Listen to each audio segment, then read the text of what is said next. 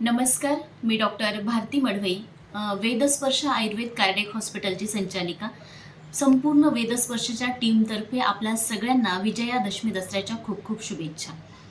विजयादशमी दसरा खरं तर वेगवेगळ्या प्रांतामध्ये, वेगवेगळ्या ठिकाणी, वेगवेगळ्या आख्यायिकांनुसार तो साजरा केला जातो. आपल्या इथे रामाने रावणावर केलेली मात म्हणजे विजयादशमी दसरा म्हणून साजरा केला जातो. सम्राट अशोक यांनी विजयानंतर अहिंसेचा मार्ग स्वीकारला आणि तो दिवस अशोक विजयादशमी म्हणून साजरा केला जातो. त्याबरोबर छत्रपती शिवरायांचे मावळे ज्यावेळेस सीमोल्लंघन करायचे तर ते देखील दसऱ्याच्या मुहूर्तावर करायचे आणि मोहिमेतून जे काही सोनं नाणं आणलं जायचं त्याचं देखील ते वाटप करायचे. त्यानंतर दुर्गेनं शुंभ निशुंभ यासारख्या राक्षसांवर केलेली मात त्याला देखील विजयादशमी म्हणून साजरा केला जातो. आता आपल्या जर पाहिलं नीट तर आपल्या परंपरेचे सगळीच मुळं खरं तर विज्ञानाशी निगडीत आहेत. आपली दिनचर्या असेल, ऋतुचर्या असेल, याचा कुठे ना कुठे आपल्या सुखी आयुष्याशी संबंध आहे. आता जीवनाची व्याख्या सांगताना आयुर्वेदशास्त्र सांगतं की शरीर इंद्रिय सत्व आत्मा संयोगे धारी जीवितम, म्हणजे शरीर असेल, इंद्रिय असेल, मन असेल, आत्मा असेल, या सगळ्यांचा जर संयोग व्यवस्थित झाला तर जीवन त्याला म्हटलं जातं. मग आता हे जीवन सुखकर व्हावं याच्यासाठी सुद्धा आयुर्वेद संहितांमध्ये काही धारणीय आणि अधारणीय असे वेग सांगितलेले आहेत. अधारणीय वेग हे 13 सांगितलेले आहे अष्टांग हृदय सूत्रस्थानानुसार.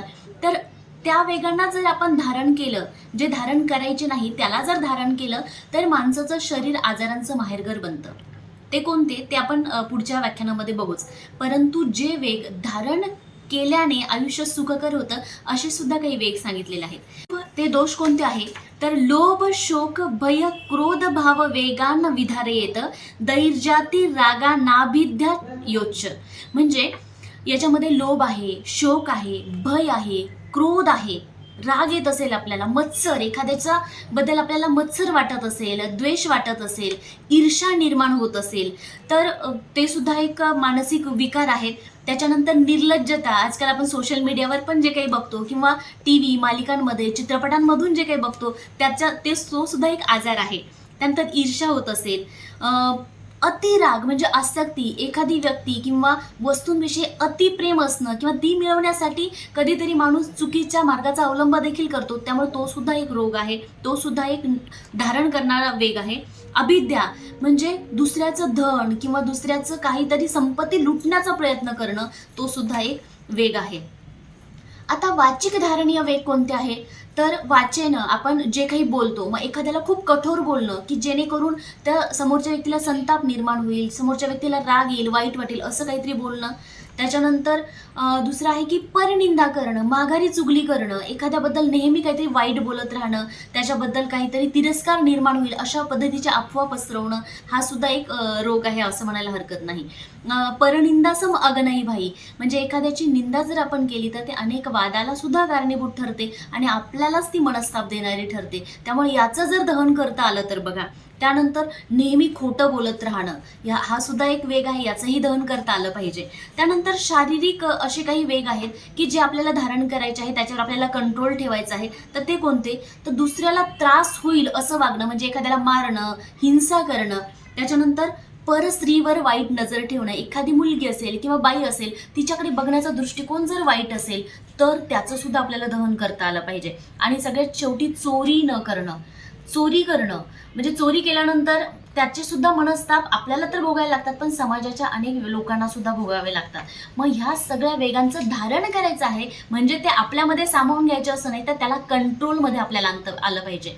कारण धारण का करायचं या वेगांना, असे काही मानसिक विकार आहेत की यांचं जर आपण धारण केलं, याला जर आपण समजा तुम्हाला राग आलाय आणि तुम्ही बडबड बडबड बोलून टाकताय तर याच्यामुळे काय होणार आहे, तुम्हाला तर मनस्ताप होणार आहे पण तुमच्या समोर जी व्यक्ती आहे तिला सुद्धा त्रास होणार आहे आणि भविष्यामध्ये तुमचे जे काही नाते आहेत त्याच्यामध्ये सुद्धा तणाव निर्माण होतो आणि तुम्हाला ज्यावेळेस तो राग शांत होतो त्यावेळेस नेहमी पश्चाताप सहन करावा लागतो.